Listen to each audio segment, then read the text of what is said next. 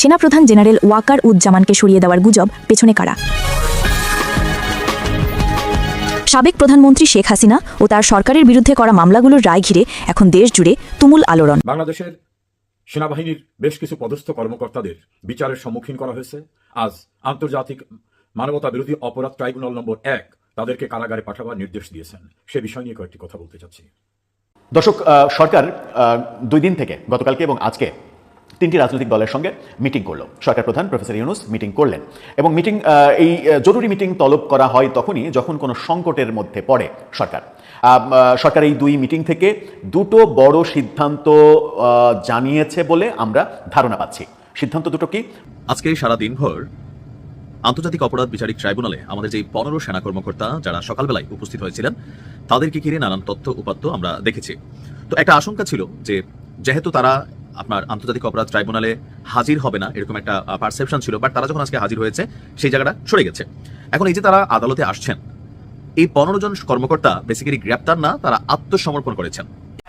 আসসালামু আলাইকুম দর্শক, নতুন একটা নিউজে সবাইকে স্বাগতম। প্রিয় দর্শক, ভিডিও শুরুতেই অনেকগুলো ভিডিওর অংশ বিশেষ আপনারা ইতিমধ্যে দেখেছেন। দেখেই বুঝতে পারছেন আজকের ভিডিওটি কতটুকু গুরুত্বপূর্ণ এবং আকর্ষণীয় হতে চলেছে।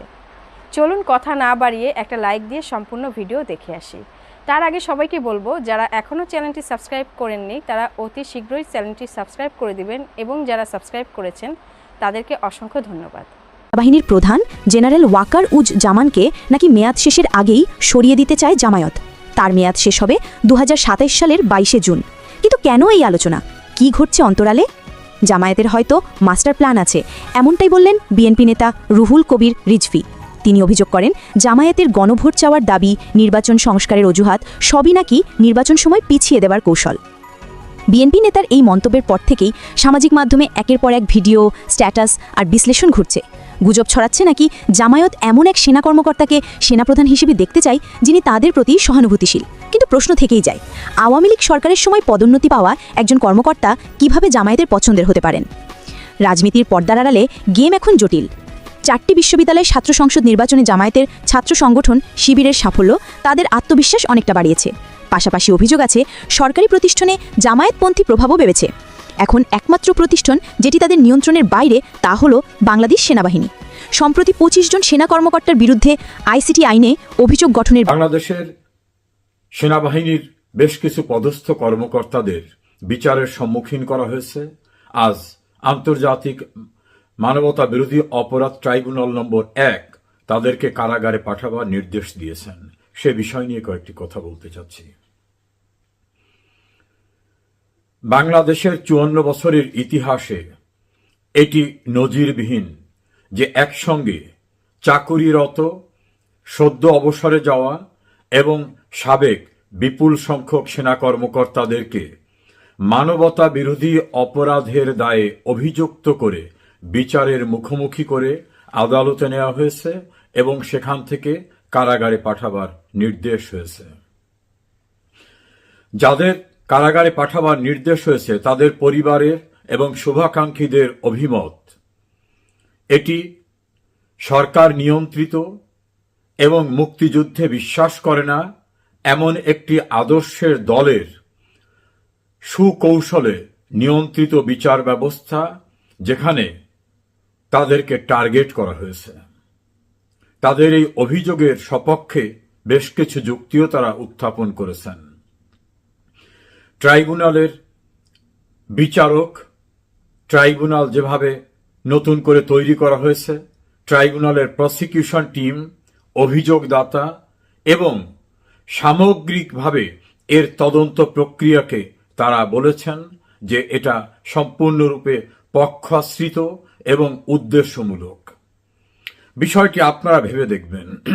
আমার কাছে যে বিষয়গুলি আলোচ্য মনে হয়েছে,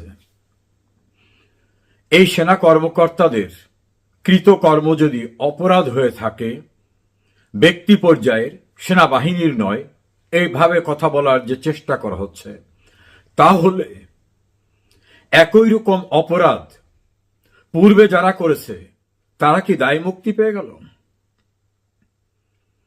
বঙ্গবন্ধুকে হত্যার পরে যে সামরিক শাসকরা ক্ষমতা দখল করেছিল, তাদের সময় নির্বিচারে কোর্ট মার্শালের নামে অন্য উপায়ে সেনাবাহিনীর বিমান বাহিনীর সদস্যদেরকে যে হত্যা করা হয়েছিল, সাধারণ মানুষকে হত্যা করা হয়েছিল, সেই অপরাধ যারা করেছিলেন সেটা কি বিচার্য না, নাকি তারা দায়মুক্ত?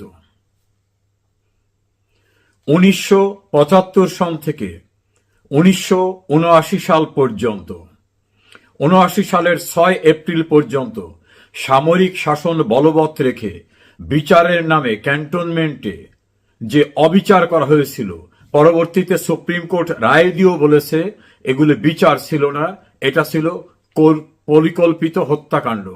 তাহলে সেই ঘটনায় যারা জড়িত ছিলেন তাদের বিরুদ্ধে কি তদন্ত হবে না? তাদের কি বিচার হবে না? একই ধারাবাহিকতায় পরবর্তীতে জেনারেল এরশাদ, বেগম খালেদা জিয়ার একাধিক আমল, এই সকল সময়ে যে সহিংসতা হয়েছে, সেনাবাহিনীর ক্ষমতার অতিরিক্ত চর্চা হয়েছে, সেই সময়ে যারা বিভিন্ন দায়িত্বে ছিলেন তাদের বিষয়টা কি মাফ করে দেওয়া হয়েছে? অপারেশন ক্লিন হার্টের মতো ঘটনা কি ভুলে গেছেন আপনারা? যেখানে নির্বিচারে গ্রেপ্তার, নির্যাতন এবং হত্যা করার ঘটনা ঘটেছিল। তাহলে জেনারেল জিয়াউর রহমানের সময় খন্দকার মোস্তাক আহমেদ, বেগম খালেদা জিয়া, তাদের আমলে সেনাবাহিনীর কর্মকর্তারা যারা ক্ষমতার অপব্যবহার করেছিলেন, যে অভিযোগে বর্তমান বিচার হচ্ছে, এর চেয়েও ভয়াবহ অভিযোগের ঘটনা যারা ঘটিয়েছিলেন বলে অভিযোগ রয়েছে, তারা কেন বিচারের আওতায় না? অপরাধের সংজ্ঞার ভিতরে ডেফিনেশনে কি লেখা আছে শুধুমাত্র শেখ হাসিনার আমলে যারা কোনোভাবে অভিযোগের সম্মুখীন হবেন তারাই বিচারের মুখোমুখি হবেন? জিয়া, এরশাদ, খালেদা জিয়ার আমলে যে ভয়ঙ্কর তাণ্ডব হয়েছিল, কারফিউ জারি করে, একেবারে মার্শাল্লা জারি করে যা ঘটানো হয়েছিল, সেই বিষয়গুলি কি দায়মুক্ত? এই প্রশ্নটা কিন্তু উঠেছে। আরেকটি বিষয়, সেনা কর্মকর্তাদেরকে সাব জেলে, ক্যান্টনমেন্টের অধীনে সাব জেলে পাঠানো হয়েছে। একই রকম অভিযোগে বিচারের সম্মুখীন মেজর জেনারেল অবসরপ্রাপ্ত জিয়াউল হাসান, তিনি কেন অর্ডিনারি কারাগারে? তিনিও তো সেনাবাহিনীর একজন মেজর জেনারেল এবং খুব আলোচিত দক্ষ মেজর জেনারেল। অপরাধ করেছেন কি করেননি সেটা বিচারে নির্ধারিত হবে। 15 জন সেনা কর্মকর্তা ক্যান্টনমেন্টের মধ্যে সাব জেলে থাকবেন আর জেনারেল জিয়া থাকবেন কেরানীগঞ্জে, এটা কি বিচার? কারণ বিচারের ব্যাপারে তো একটি কথা আছে, justice not only to be done, to have been shown that have been ডান। সহজে যদি বলি, বিচার বা ন্যায় বিচার করলেই হবে না, ন্যায় বিচার করা হয়েছে এটা দেখাতেও হবে। নেক্সট, এদেশের গড়ার গৌরবের অর্জনের কারিগর যে রাজনৈতিক ব্যক্তিবর্গ, তারা ভুলের ঊর্ধ্বে আমি বলছি না, যদি ভুল হয় বিচার হবে। তাদের সঙ্গে যে জাতীয় আচরণ করা হচ্ছে, যে নিষ্ঠুর আচরণ করা হচ্ছে, হ্যান্ডকাপ দিয়ে হাত পিছনে নেওয়া, তারপরে হেলমেট পরানো, প্রোটেক্টেড জ্যাকেট পরানো সহ কোর্ট অঙ্গনে তাদের সঙ্গে যে ব্যবহার করা হচ্ছে, তাদের যে গাড়িতে আনা হচ্ছে, আর এই যাদেরকে আনা হলো, এর ভিতরে যে ব্যবধান, সেই বৈষম্যটা, এটাও কি ন্যায় বিচারের ইঙ্গিত দেয়? অবশ্যই না। কারণ এই দেশ গড়ায় কারিগর কিন্তু রাজনীতিবিদরা, তাদের নেতৃত্বেই জাতির ইতিহাসের সবকিছু অর্জন। তাহলে কি বিভাজন এখানে? নেক্সট, যে বিচার প্রক্রিয়ার ভিতর থেকে হচ্ছে, সেনা আইনে বিচার না করে অর্ডিনারি ট্রাইব্যুনালে, এবং এই ট্রাইব্যুনালের বর্তমান কার্যক্রম রাষ্ট্রপতির একটি অধ্যাদেশের মধ্য থেকে অগ্রসর হচ্ছে।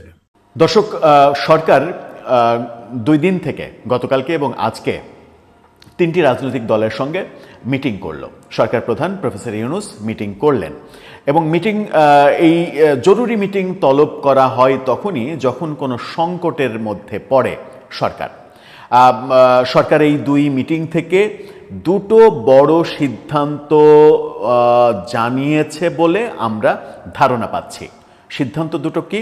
সরকার জুলাই সনদ নিয়ে একটা আদেশ জারি করতে যাচ্ছে, যেটা সংবিধানের বাইরে গিয়ে এক্সট্রা কনস্টিটিউশনাল আদেশ, যেটা একেবারে সম্পূর্ণরূপে সংবিধান বহির্ভূত, সংবিধান লঙ্ঘনের ঘটনা ঘটতে চলেছে। এবং আরও একটু লঙ্ঘনের ঘটনা যেটা ঘটতে চলেছে সেটা হচ্ছে যে রাষ্ট্রপতি না, প্রধান উপদেষ্টা এই আদেশ জারি করতে চলেছেন সম্ভবত। এরকমটা যখন শুনছি তখন প্রশাসনের নিরপেক্ষতা নিয়ে নির্বাচন কেন্দ্রিক যে বিতর্ক, সেখানে প্রধান উপদেষ্টা বলেছেন প্রশাসনের রদবদলের দেখভালটা আমি নিজে হাতে করব। সেটা বলতে গিয়ে আর কি বললেন, কি হতে চলেছে, প্রশাসন কেন নিরপেক্ষ না, এতদিন প্রশাসনের রদবদল তাহলে কারা দেখেছে, কে দেখেছেন, একটু বোঝার চেষ্টা করব এই ভিডিওতে। থাকবেন পলিটিক্স টিভির নিয়মিত আয়োজনে।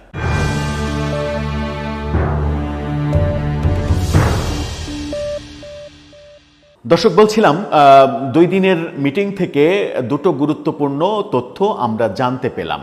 একটা আদেশ জারি হচ্ছে জুলাই সনদকে কেন্দ্র করে, এবং সেই আদেশকে কেন্দ্র করেই হয়তো গণভোটের দিকে যাবে সরকার। গণভোটটা জামাত নভেম্বরে চাইছে, বিএনপি নির্বাচনের দিন একই দিনে চাইছে, সেটার এখনো সমাধান হয়নি। কিন্তু এই আদেশটা জারি করাতে চাইছে এনসিপি এবং জামাত, এবং সেটা এক্সট্রা কনস্টিটিউশনাল আদেশ, অর্থাৎ সংবিধানের বাইরে গিয়ে আদেশ, যে আদেশ জারির ক্ষমতা সংবিধানে দেয়া হয়নি, সেই আদেশ জারি করতে যাচ্ছে সরকার। এমনটাই জানিয়েছেন আজকে জামাতের নায়েবে আমির ডাক্তার আব্দুল্লাহ তাহের। তার মানে হচ্ছে যে এনসিপিরও দাবি যে গণ অভ্যুত্থানের শক্তি সরকার হিসেবে সরকার প্রধান প্রফেসর ইউনূস একটা আদেশ জারি করবেন, যেটা সম্পূর্ণ সংবিধানের বাইরে গিয়ে। কিন্তু সংবিধানের অধীনে শপথ নিয়ে, সংবিধান রক্ষার শপথ নিয়ে এই সরকার দায়িত্ব গ্রহণ করেছে। এটা যেমন আমরা জানলাম, তার মানে এই আদেশ জারির সঙ্গে সঙ্গে যেটা হতে পারে, কোনো একটা পক্ষ যদি আদালতে একটা রিট করে তাহলে একটা ভয়াবহ সাংবিধানিক জটিলতা তৈরি হতে পারে। সেটা গেল একটা ব্যাপার। আরেকটা ব্যাপার হচ্ছে প্রশাসনের নিরপেক্ষতা। বিএনপি বলছে প্রশাসন নিরপেক্ষ না, তার মানে হচ্ছে তাদের মতো করে প্রশাসন নেই।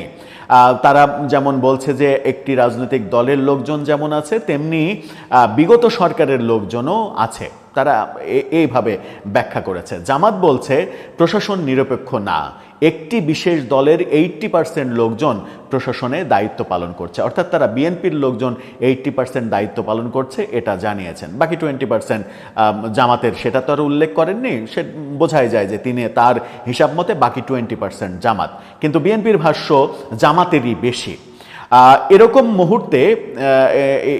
এরকম মুহূর্তে যে পরিস্থিতিটা তৈরি হয়েছে সেটা হচ্ছে যে প্রধান উপদেষ্টা দুই দলকেই বলেছেন যে নির্বাচনের আগে প্রশাসনকে নিরপেক্ষ করতে এই ব্যাপারটা আমি নিজে দেখভাল করব। ইত্তেফাকের শিরোনামটা আপনারা দেখে নিতে পারেন।